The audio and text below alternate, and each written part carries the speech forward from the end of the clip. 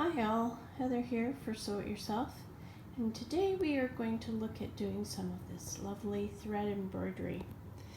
Now, I am stuck in India, which is during the lockdown that's happening in 2020, and I did bring supplies with me. However, this can be done with simple stuff that you have at home, and I'm just going to show you how to do that because I've basically run out of most of my supplies now, but these were done from a book called Creative Embroidery on Paper by Erica Fortunes, and there's actually several of these in they have different patterns in them. However, I have done most of the ones that I've wanted to do out of there, so I'm going to show you how to take some patterns off of Pinterest and turn them into simple designs that you can do yourself. So I'll move over here to the computer, and basically I'm trying to remember what my search was. Thread on paper embroidery, or thread embroidery on paper, something like that, and this is what shows up. You've got lots of options available to you, and I've pinned a few in mine. I think these are under Heather Truscott, not under Sew It Yourself, but I'll repin them into Sew It Yourself.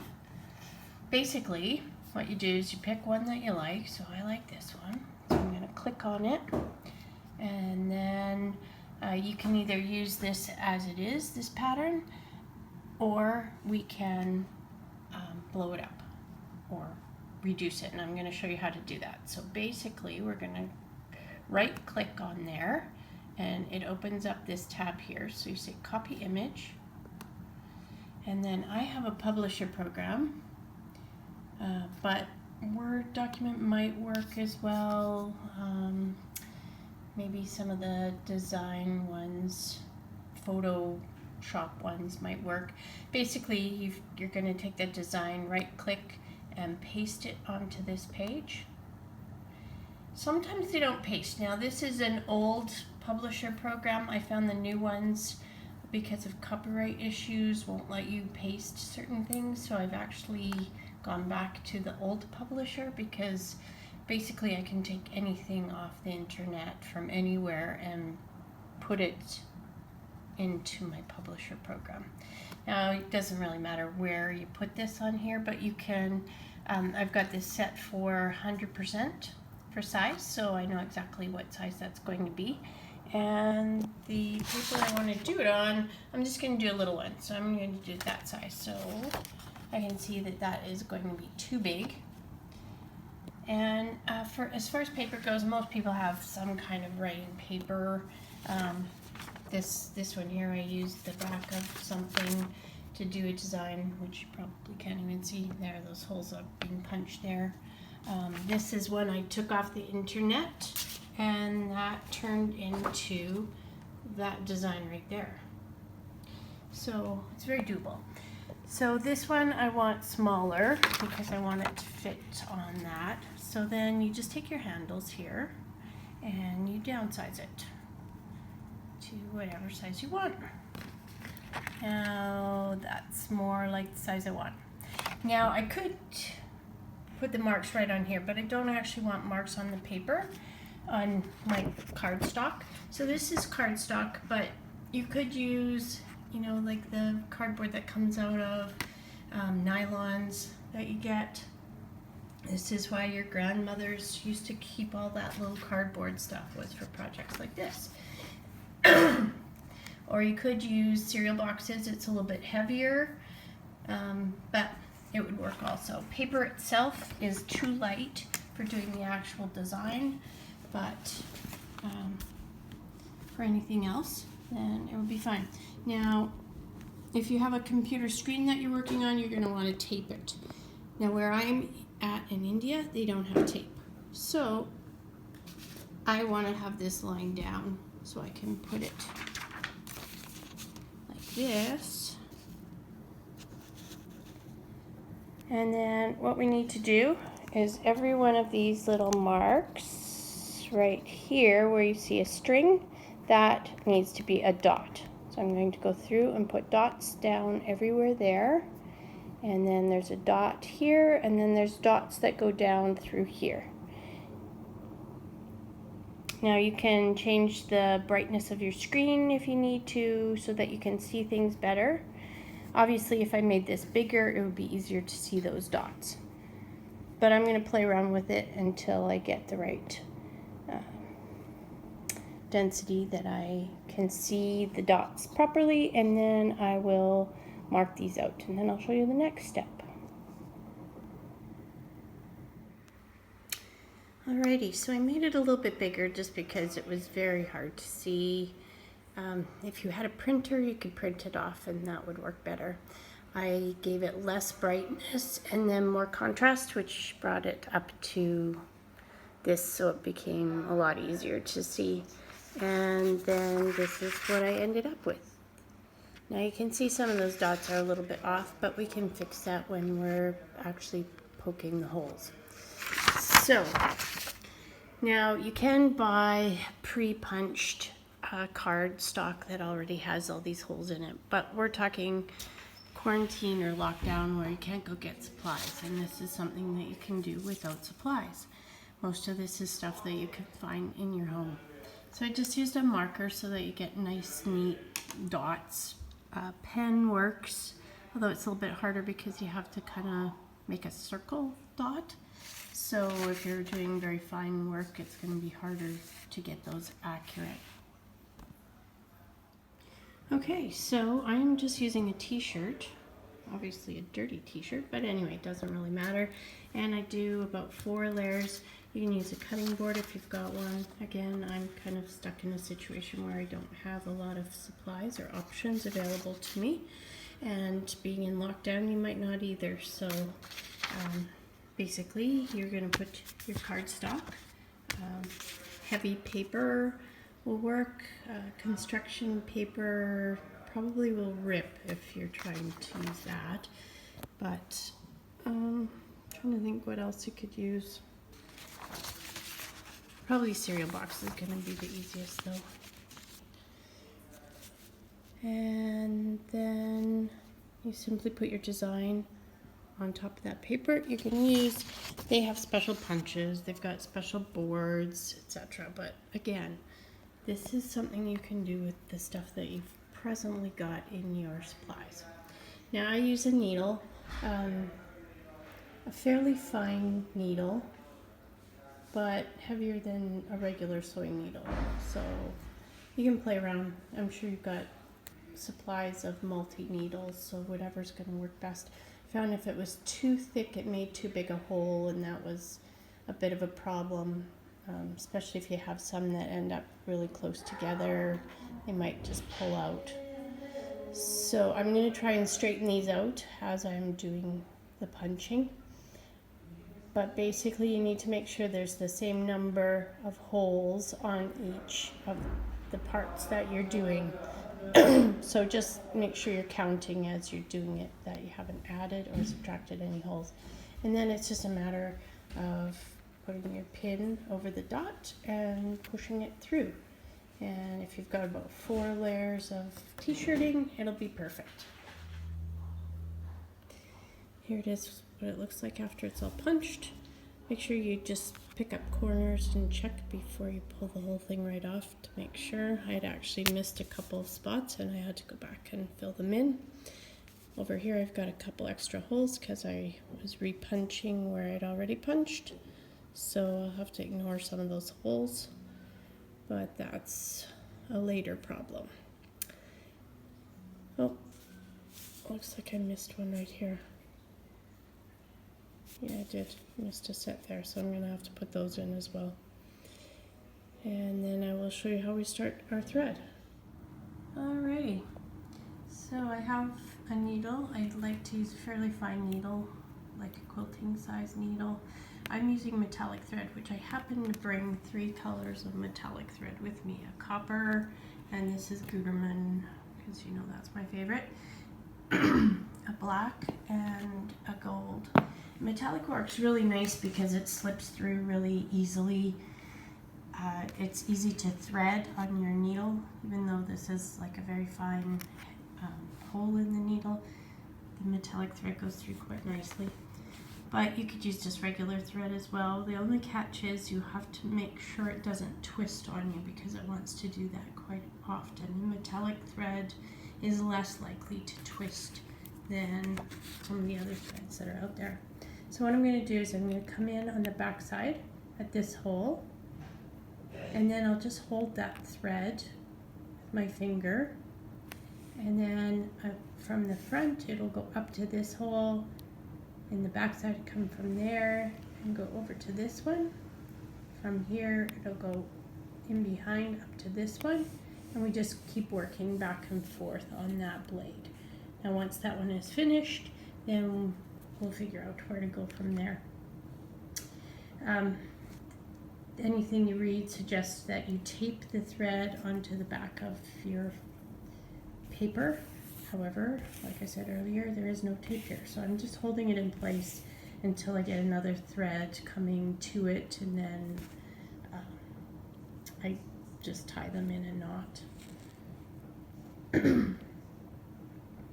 The other option is to do like a noose knot around your thread, but I think just leaving it and tying it to the next thread is a bit neater. I can show you what the backs of my cards look like. So they do have some ties on them. You could leave these longer and then thread them in if you wanted to make it look neat and tidy, but most of these you would use as a card, so you'd have another piece of paper in behind this anyway. So not an issue. All right. So I have that little blade done. That took maybe 2 minutes, if that.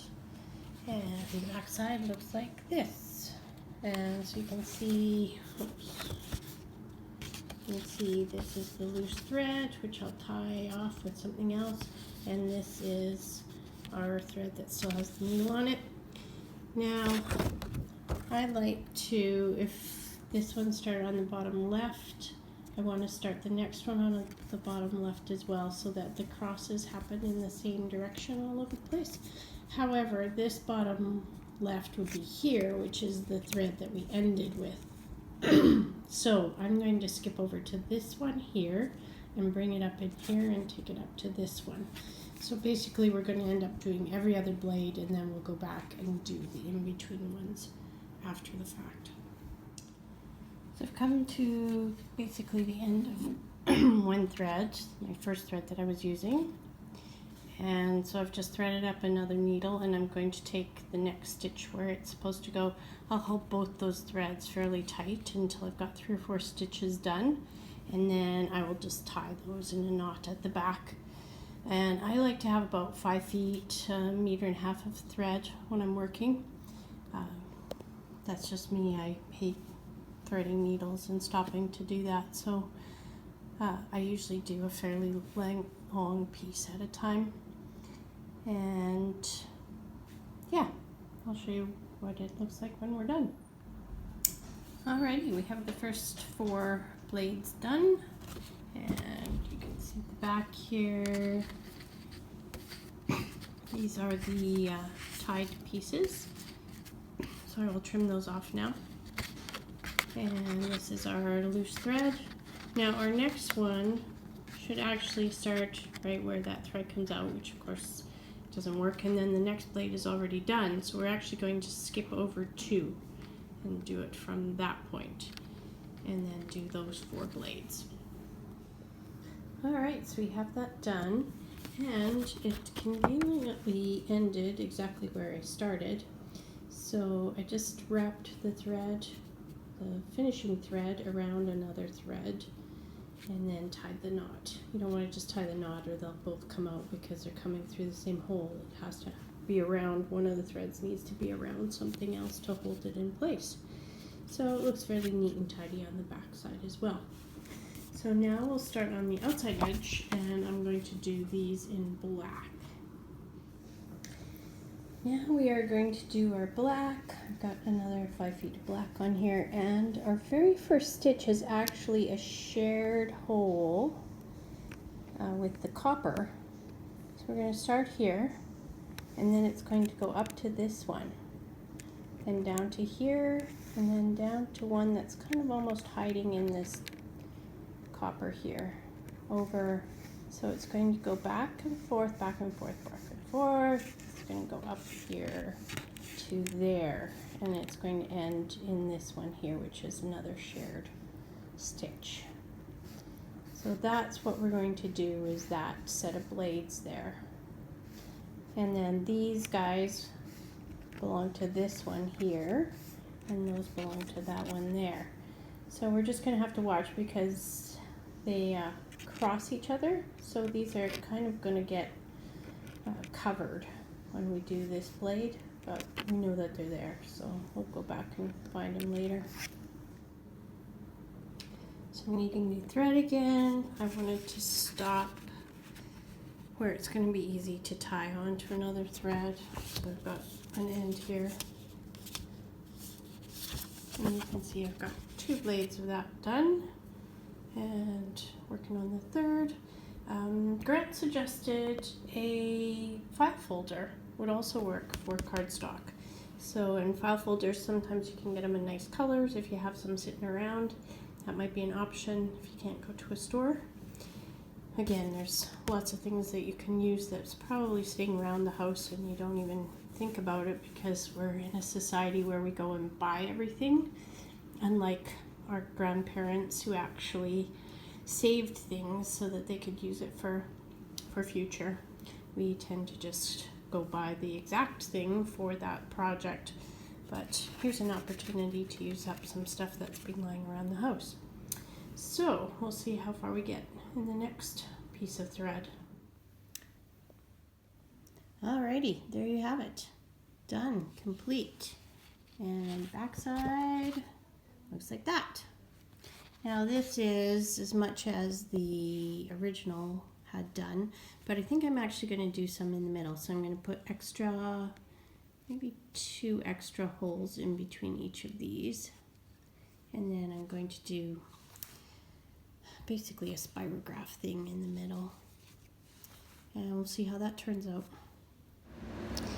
Alright, so I've got this just about done, and I'll just explain what I did. So this was where I started, and straight across would have been here.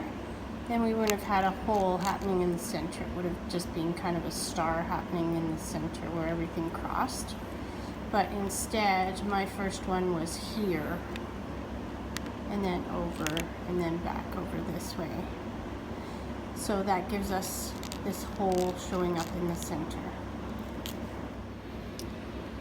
So I like what's happened there, except I would like some definition between this and this. So I'm just going to put a little row of black in, and I'm just going to go basically from there to here, and then back. So it will make a very skinny black all the way around the outside edge. Alright, so there's my finished product. What did I learn? Well, I like the circle part here, the copper, but the black, because I didn't do this in a curve, we have gappy parts on the points there. And Grant pointed out that this is all pointy starry, where this is circle, because it doesn't seem to go. So I could have actually put rows of holes going across here instead and come up with more of this kind of a look in the center, which probably would have looked better. But guess what? You get to do that now. So there you go. This is a project for while you're in quarantine or lockdown or whatever, like we are right now in India, hoping to go home sometime in the near future. And yeah, if you like it, give me a thumbs up and feel free to subscribe. See you later.